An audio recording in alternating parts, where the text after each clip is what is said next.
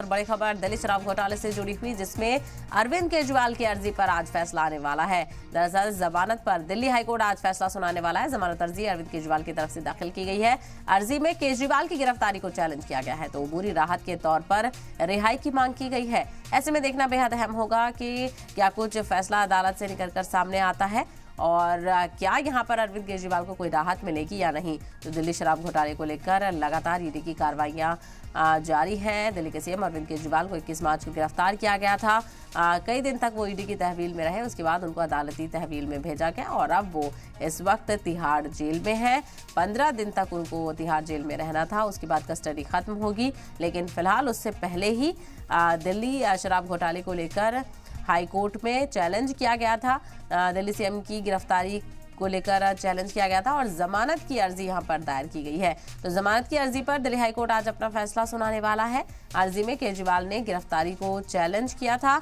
उबूरी राहत के तौर पर रिहाई की मांग की गई है, यानी जमानत देने की मांग यहां पर की गई है। ऐसे में देखना बेहद अहम होगा कि आज क्या कुछ फैसला यहां से हाई कोर्ट से देखने को मिलता है। क्या अरविंद केजरीवाल को राहत यहां पर मिलेगी या फिर गिरफ्तारी यूं ही बरकरार रहती है और वो तिहाड़ जेल में ही इसी तरह बरकरार रहेंगे।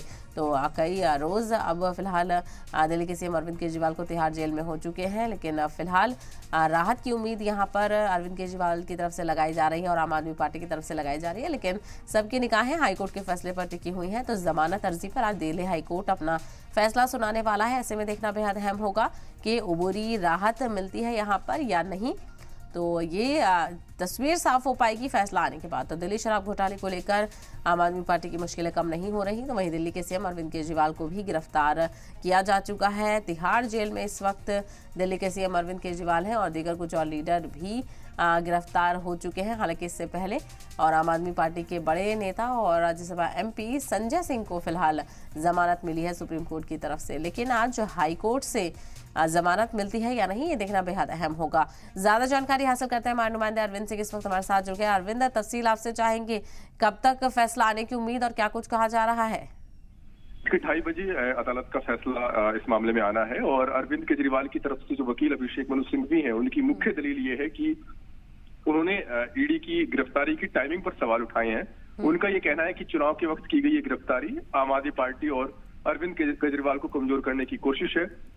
साथ ही उन्होंने ये भी कहा है कि इस मामले में ईडी के पास कोई पुख्ता सबूत नहीं है, कोई रिकवरी नहीं हुई है और ऐसे में गिरफ्तारी की कोई जरूरत नहीं थी।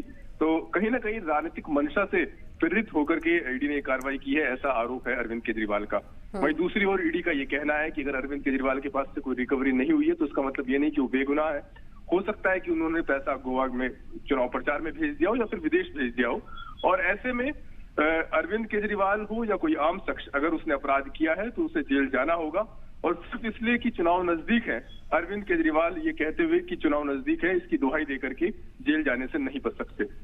तो दोनों पक्षों की दलील सुनने के बाद कोर्ट ने आदेश सुरक्षित रख लिया था और आज कोर्ट का आदेश आना है।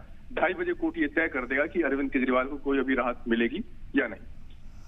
बिल्कुल, ऐसे में देखना बेहद अहम होगा कि 2:30 बजे क्या कुछ फैसला यहाँ पर आता है। और लगातार जिस तरह से देखा जाए, शुरुआत से ही एक बात कही जा रही है, अरविंद के गिरफ्तारी की टाइमिंग पर सवाल उठ रहे हैं और गैर कानूनी गिरफ्तारी इसको बताया गया है। ऐसे में ईडी की तरफ से भी कहीं ना कहीं जवाब बहुत अहमियत का हामिल रहता है।